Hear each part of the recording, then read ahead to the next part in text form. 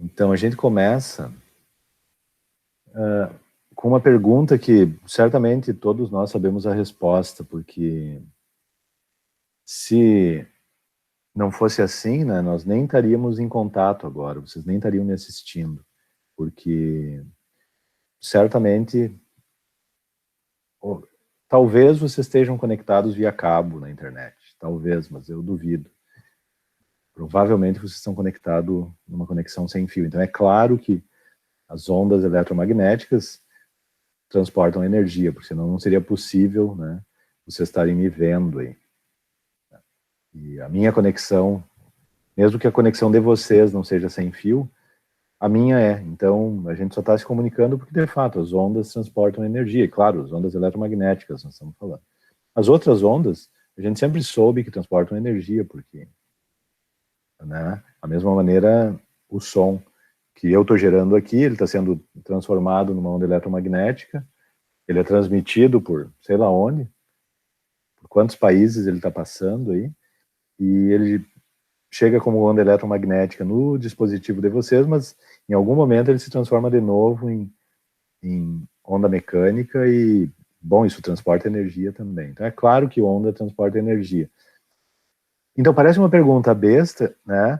Mas quando a gente vai fazer a conta, né, a gente não vê bem as implicações que tem uma onda transportar energia, e nós vamos falar disso logo adiante. Mas, bom, como que eu sei quanta energia eu estou transportando? Tá? E numa onda eletromagnética, a energia, é até esquisito falar isso, mas a energia transportada é representada por um vetor. Tá? Embora energia não seja uma grandeza vetorial. Então, por isso que esse vetor não tem um nome de vetor energia, o símbolo nem é E, nem poderia, porque E é o símbolo do campo elétrico, mas o vetor de Poynting é o vetor que mostra não só quanta energia está sendo transportada, mas também a direção e o sentido para onde ela está sendo transportada. E então ele é definido dessa maneira, tá? E vetorial B. E então, usando a regra da mão direita, né, a gente sabe que o E e o B são sempre perpendiculares, exatamente. Ou seja, se o E aponta para cima, o B aponta para lá e o E aponta no sentido aí da tela para mim. Né? E se o B apontasse para o outro lado, agora eu estou fazendo com a mão esquerda, então ele aponta não na direção do meu dedo aqui, mas no contrário, então ele aponta de mim para vocês aí. Mas então, é razoavelmente fácil de calcular o módulo do vetor, porque como o E e o B são sempre perpendiculares, então obrigatoriamente, né, obrigatoriamente o vetor, esse produto vetorial aqui vai dar E, módulo do B, né, na direção perpendicular, né, ao campo elétrico e o campo magnético. Que a gente já sabia, né? A gente sabe que a onda se propaga perpendicular aos campos, né, num plano que é perpendicular, então é para lá que está indo a energia. E tem um μ0 aqui, então se eu multiplicar E por B, isso aqui não vai dar Joule. Se eu dividir por μ0, tá, também não vai dar Joule. Tá? Porque na verdade, isso aqui não está dizendo, porque pode ver que aqui tem E e B instantâneos, né? Então isso aqui não está dizendo a quantidade de energia que eu estou transportando. Imagine que o Sol está aceso aí há muito tempo e vai continuar aceso por pelo menos mais 5 bilhões de anos, né? E ele está mandando energia a todo tempo, entende? Então, esse vetor dá uma... E e B tem um valor instantâneo ali. Então, essa energia não é energia, mas é a potência, né? Se a gente fizer a conta lá, vocês vão ver que a unidade lá desse negócio é watt por metro quadrado. E watt não é joule, é joule por segundo. Então, na verdade, o que isso aqui está me dizendo, né, o módulo do vetor S aí está me dizendo qual é a potência, né, em joules por segundo a cada metro quadrado que está sendo irradiado aí pela onda eletromagnética. Tá? Então isso aqui vai dar watt por metro quadrado. Essa é a unidade.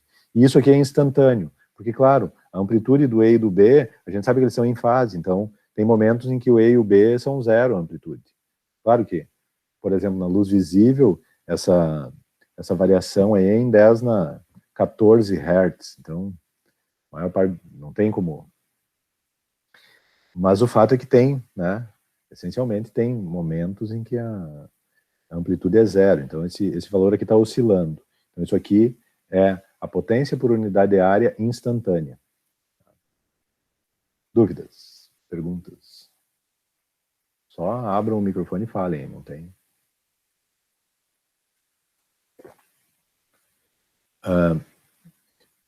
Mas isso não é, como a gente sabe, né, isso não é o que, né, pensa bem, a luz visível aqui, 10 na 14 oscilações por segundo, não é o que eu sinto quando eu paro ali no sol, tá?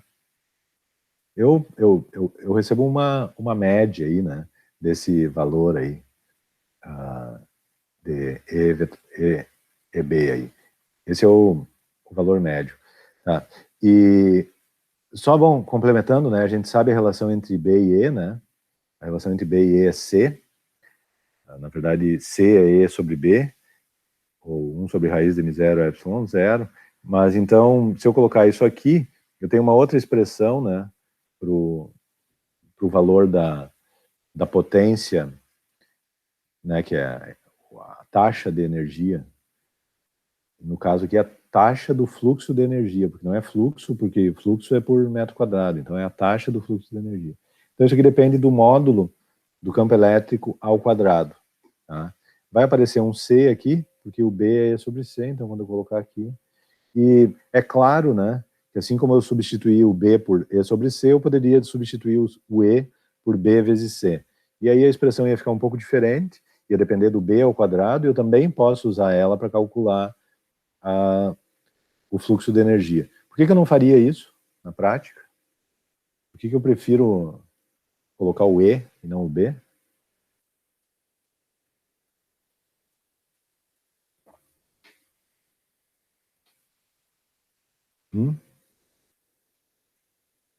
Bom, é bem simples a resposta, né? Como que eu detecto uma onda eletromagnética? Ou seja, como que o meu dispositivo aqui está enviando, né, informação lá para o roteador? Ou como que o roteador de vocês está enviando informação para o... Como é que ele faz isso? O que ele usa? E hoje em dia nem aparece aqui, se vocês tentarem abrir o celular, aí vocês nem vão enxergar. Mas tem um dispositivo aqui que é responsável por emitir a radiação, né? O que é isso? Como é que é o nome desse dispositivo, hein? Antena? Antena, exatamente. Isso. Então tem uma antena em algum lugar, né? O que é uma antena? É um pedaço de fio, né?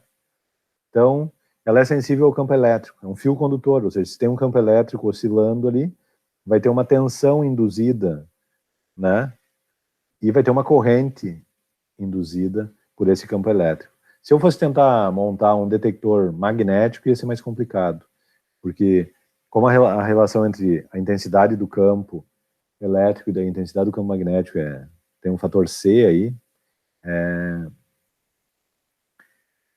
bom, os campos magnéticos são muito mais difíceis de detectar, essa que é a verdade. Tá? E, então a gente, em geral, detecta campo elétrico, são assim que as antenas funcionam. Hoje em dia, como a gente está usando 5G, ou 2G, 2 GHz, 5 GHz, aí, os comprimentos de onda estão lá em centímetros, então as antenas são muito pequenas. É um pedacinho de fio ali no celular, tá? Ela nem aparece. Os celulares mais antigos, que usavam frequências mais baixas, e, portanto, com um comprimento de onda maior, eles tinham uma antena, sabe? Não sei, se vocês olharem um filme aí dos anos 90, vocês vão ver que muitos celulares o cara tinha que abrir a antena para falar. E a antena era desse tamanho aí. Porque a frequência era menor, o comprimento de onda era maior. Bom, mas, então, voltando aí para a média, qual é a média? Né? Que é o que eu realmente estou absorvendo aqui do Sol, ou é o que realmente eu estou emitindo aqui do meu...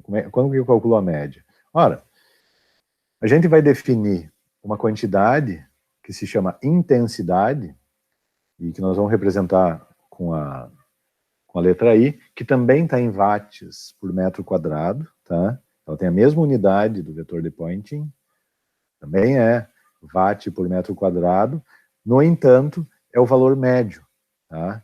O que não vai ser difícil de calcular, por quê? Porque a gente sabe, numa onda eletromagnética, a gente sabe qual é o formato do campo elétrico, né? É um seno, e a gente já sabe calcular a média, porque não é, na verdade, o seno ali, porque o campo elétrico é o quadrado, né? Que é o vetor de Poynting. Então, na verdade, é um seno ao quadrado. A gente já sabe calcular a média do seno ao quadrado. Quanto é que é?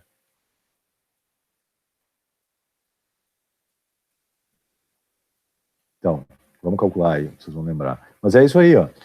O seno, a amplitude do seno em qualquer instante é uma amplitude máxima aí, do seno vezes um seno, ou seja, o campo elétrico, a intensidade do campo elétrico está variando com um seno aí. Então, se eu quiser calcular a média, né, eu vou ter que calcular a média do campo elétrico ao quadrado, que é, né, a média do seno ao quadrado.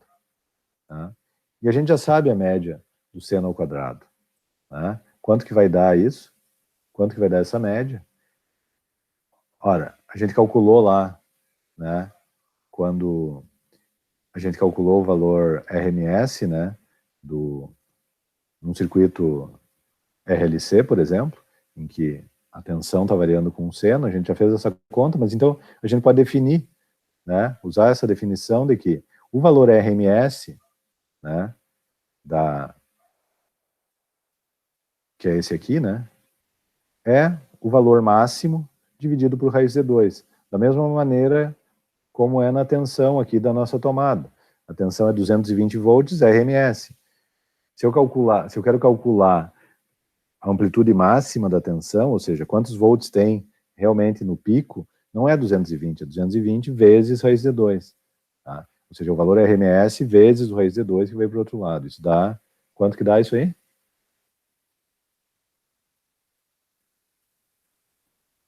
É mais ou menos 40% a mais, né? Então é 220 mais 80, dá uns 300 e poucos volts. Tá? Ou 88, né?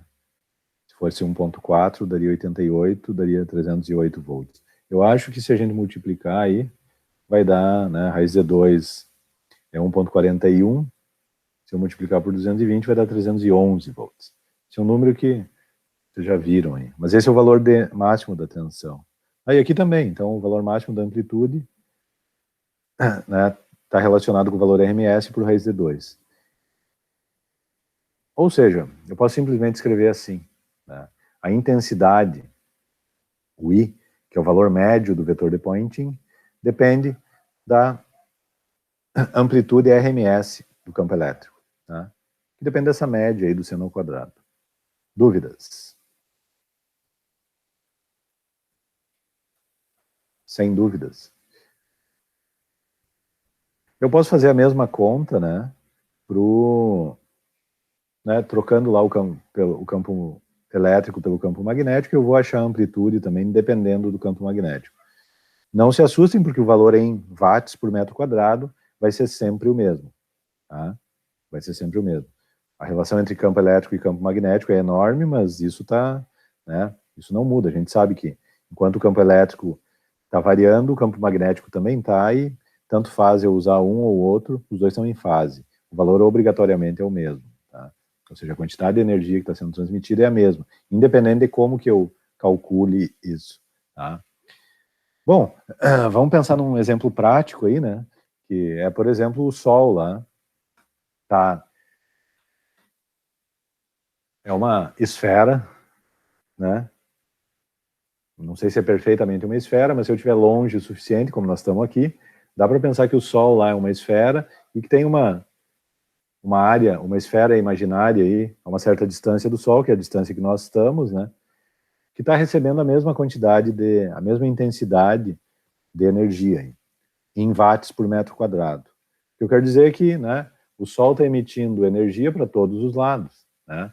Então, embora nesse momento aqui nós estejamos de um lado do Sol, né, agora dia 21 de dezembro, vamos chegar num extremo aí, em que nós vamos vai estar o Sol aqui, e o Polo Sul vai estar de ponta aí para o Sol, mas tem momentos que nós estamos do outro lado, lá é o Polo Norte que está de ponta para o Sol aí.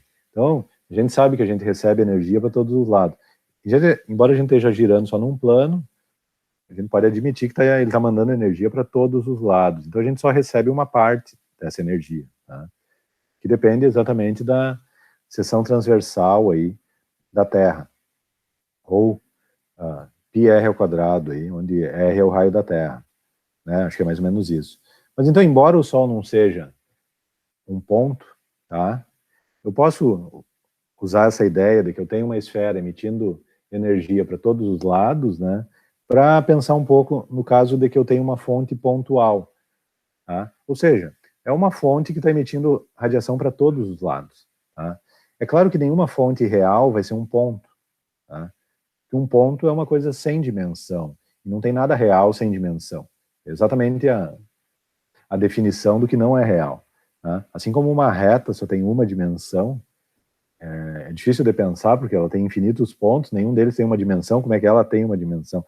Mas daí nós já estamos entrando numa discussão muito abstrata, tá? Mas uma fonte pontual, então, embora não seja uma fonte que esteja concentrada no ponto, a gente pode imaginar isso, que a partir de uma certa distância, longe da fonte, é possível entender que ela está emitindo radiação para todos os lados, tá? Como o Sol que está lá. E nesse caso aí de uma fonte pontual, a gente pode calcular, né, a intensidade usando, né, uma área nesse formato aqui, onde aqui eu tenho a potência, né, ou seja, quantos joules por segundo a fonte está emitindo, ou quantos watts, né, ela está emitindo, dividido pela área de uma esfera em volta dela, tá? Então, eu sei que a intensidade da luz do Sol pode ser medida por isso, onde isso aqui é uma esfera que cobre todo o Sol. Então, basta eu estar longe o suficiente, sei lá, ali na Mercúrio, acho que é o planeta mais próximo, então a gente sabe que o Sol termina antes de Mercúrio. Então, se eu imaginar uma esfera a uma distância que é mais ou menos a distância do centro do Sol até Mercúrio, eu tenho certeza que eu peguei todo o Sol, então, se eu calcular, usar essa área ali, eu vou encontrar a intensidade. E eu também consigo encontrar a intensidade, né, num lugar mais longe aí, simplesmente deixando essa esfera crescer, por exemplo, aqui na Terra, tá? Eu vou ter uma ideia da intensidade dividindo pela área, porque eu vou ter não watts por metro quadrado, mas watts, tá?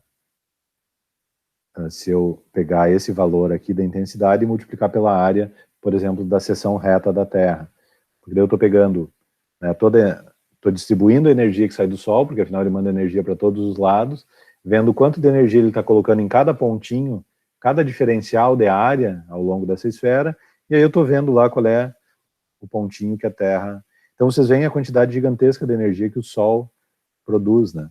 Porque ela é capaz de nos manter aqui. Porque toda a energia que nós temos, né, obrigatoriamente veio de lá. Pode não ter vindo agora. Já tem muita energia armazenada aqui, mas... né? Bom, talvez tenha vindo de outras fontes também. Eu já entro numa área que eu não entendo muito. Tem dúvidas?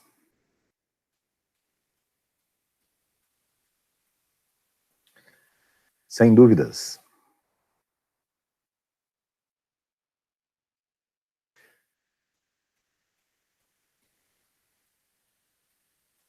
Se vocês não têm dúvidas, vamos fazer um exercício, tá?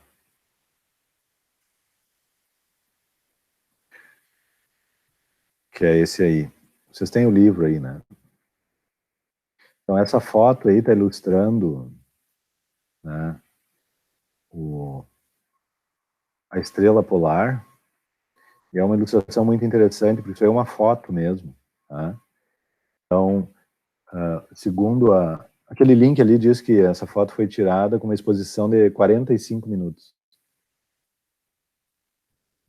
Quer dizer o seguinte, que o cara mirou a câmera para o céu, né, e deixou parado 45 minutos. Porque até ele foi lá, né, ficou um pouquinho lá para aparecer na foto aí. Mas então, como é à noite, né, e deve ter uma abertura pequena, ele conseguiu deixar tudo em foco e conseguiu não, né, tu pode ver que as estrelas aqui, ó, andam um tanto aí. Isso porque a Terra está girando. Mas vocês veem que aquela estrela lá, ó, né, tá vendo lá? Que ela está praticamente parada lá. Porque ela está quase bem alinhada com o eixo de rotação aí, tá? E essa é a estrela polar. A gente não enxerga ela aqui do hemisfério sul, tá? Infelizmente a gente não enxerga ela. Mas a gente enxerga o Cruzeiro do Sul, por exemplo, que no hemisfério norte a gente não enxerga. Então, tudo tem uma... o Cruzeiro do Sul não está bem no sul, né? E a estrela polar está bem no norte aqui. Mas então ela aponta o norte aí, essencialmente. Mas então vamos ver o que diz o problema é esse. Vocês conseguem abrir aí esse exercício? Sim. Tá, então vamos fazer o seguinte, ó.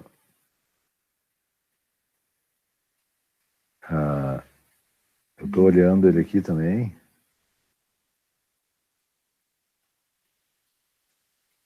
E...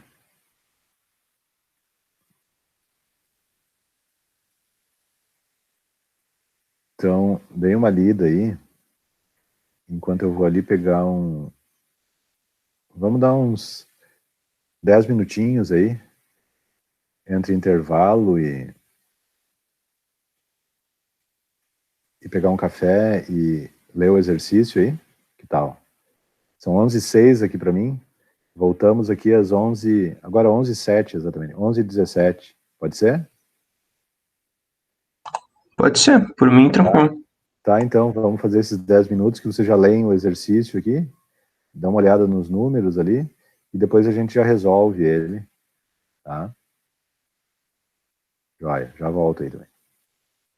Faz sentido isso para vocês? Que uma onda eletromagnética empurra?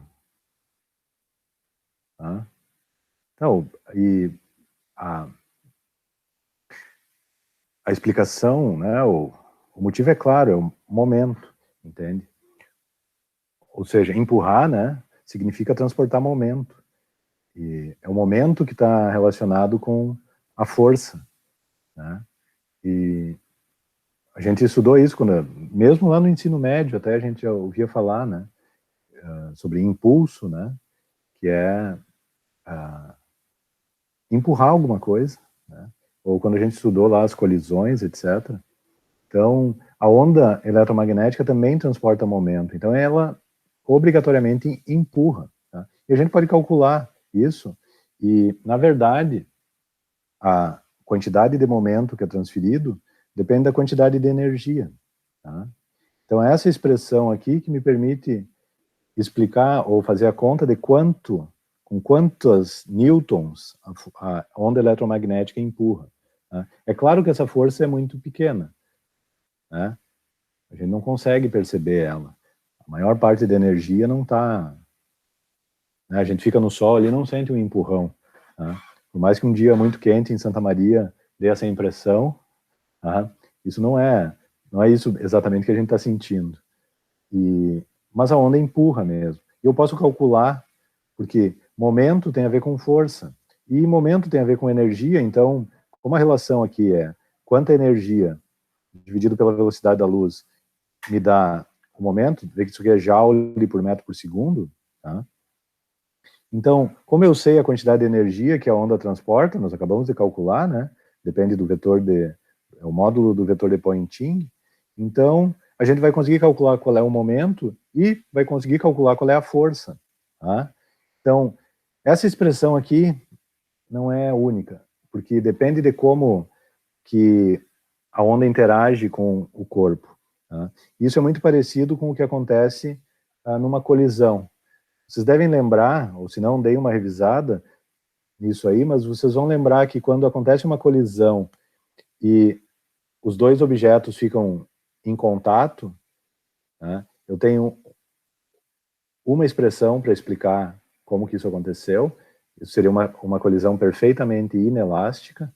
E quando acontece a colisão e os dois objetos não se deformam e vai cada um para o seu lado, que é uma colisão perfeitamente elástica, o outro limite, a conta é um pouco diferente.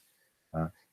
Aqui acontece a mesma coisa, só que no caso da luz com o objeto, né? Então, quando acontece a absorção total, a relação entre energia e momento é essa aqui. Tá? Mas quando acontece uma reflexão total, a variação do momento é o dobro. Tá? E nesse caso aqui, é importante isso aqui, ou seja, incidência perpendicular, tá? E reflexão total. Então, se eu tiver um espelho perfeito, o empurrão vai ser o dobro. Tá? E se eu tenho um corpo negro, por exemplo, perfeito, ou seja, um objeto que absorve toda a radiação, o empurrão vai ser menor, vai ser metade. Tá? É isso que essas expressões estão dizendo aí. Tá?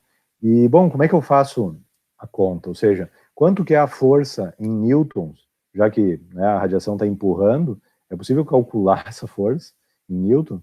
E, claro, porque a força, né, é a taxa de variação do momento. Tá? Então, se eu sei quanto que o momento está variando, porque eu sei quanto de energia que está chegando, né, a gente acabou de calcular a energia média, que tem a ver com a intensidade, né, a energia por unidade de tempo por unidade de área, né? É watts, que é energia por tempo, por metro quadrado, que é unidade de área. Então, eu sei quanto é a energia, ou pelo menos eu sei quanto é a intensidade. Se eu souber a intensidade, eu sei quanto é a energia por unidade de área por unidade de tempo. E isso vai me permitir calcular o momento, que vai me permitir calcular a força. A conta é mais ou menos assim, ó. Então, vamos começar com o caso de absorção total, que a relação entre energia e momento é C só. Porque depois o outro caso é só multiplicar por 2. Tá? Então, a força vai ser quanto? Ora, vai ser ΔP, ΔT. Mas o momento, né, depende da energia. Tá? Então, se eu pegar ΔP escrito assim e colocar ali, a força vai ficar assim, ó, ΔU dividido por C, que estava no denominador, ΔT. Tá? Bom, mas agora eu tenho que saber quanto é que é o ΔU, ou seja, quanto de energia que a onda está entregando para o corpo. Mas eu já calculei, ou melhor, se eu souber a intensidade, tá? Por exemplo, a intensidade da luz do Sol, aqui, a potência do Sol, que a gente tinha lá, 10 na 26, né? Dividido pela área dessa esfera imaginária que passa pela Terra aqui. Então, se eu multiplicar, se eu tiver a intensidade, né?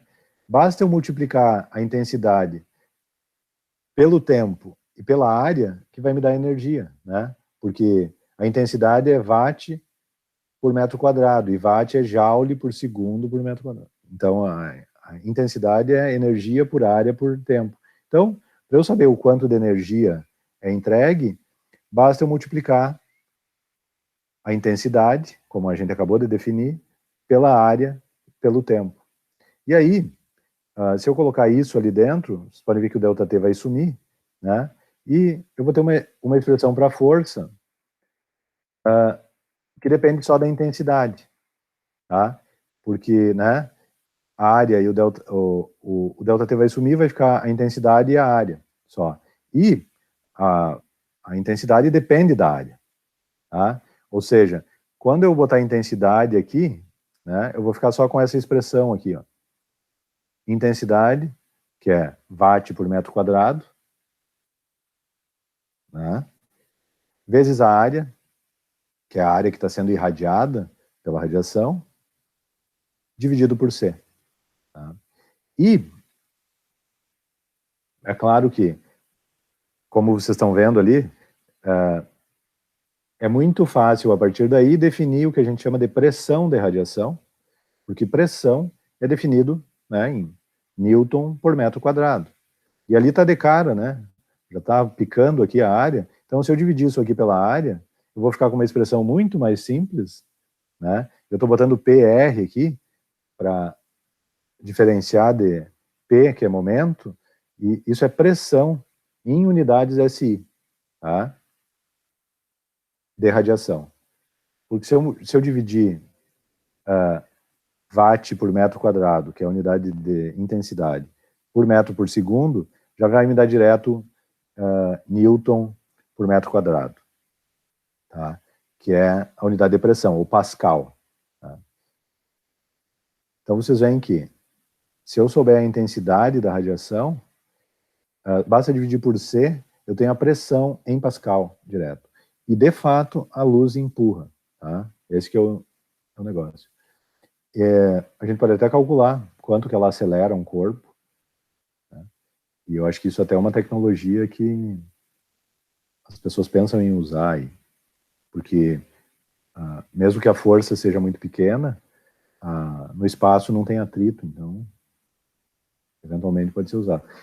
Isso é o caso para a absorção total. Tá? No caso da absorção total, essa expressão aqui é assim. A única diferença que vai ter nisso tudo, se eu for para o caso de... Então, definição de pressão de radiação para absorção total é intensidade por C. É uma expressão bem simples. Tá? Para o caso de reflexão total, incidência perpendicular, qual é a única diferença que tem? A única diferença que tem é que o momento está relacionado com a energia, tem um fator 2 aí, é o dobro. Porque quando a luz reflete, ela empurra o dobro. Tá? É isso que está dizendo. E, nesse caso, o que vai mudar? Toda aquela expressão vai ficar idêntica, a não ser por esse fator 2 aqui, então, o que vai acontecer, né?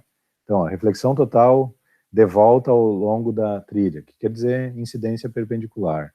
Então, a única diferença que vai ter é esse fator 2 aqui. Então, a pressão de radiação em Pascal, tá, em unidades SI, é simplesmente dividir a intensidade por C. O fator 2 vai entrar aí, 1 ou 2, dependendo se a radiação é absorvida ou se a radiação é refletida completamente. Tá? O que nos mostra que essas duas expressões são meio inúteis, porque eu acho que todos os objetos que eu conheço, primeiro, eles não refletem totalmente, ou eles não absorvem totalmente. Eu acho que é sempre uma mistura dos dois. O que me diz que esse fator aí deve estar entre 1 e 2, né? No mundo real. Claro, se eu tiver um espelho que é, né, um filme metálico muito fino, ele vai refletir 100%, porque a gente pode demonstrar que a radiação não entra. Tá? Mas, quando a gente faz a conta na ponta do lápis, mesmo nesse caso, a gente descobre que a radiação entra um pouquinho. Tá? Isso se chama comprimento de penetração, para qualquer metal. Mas ela entra um pouquinho e ela morre ali, então a maior parte da energia é refletida. Então, nesse caso aí, um filme metálico condutor, eu tenho reflexão total quase. Esse fator deve ser 2 aí. Dúvidas?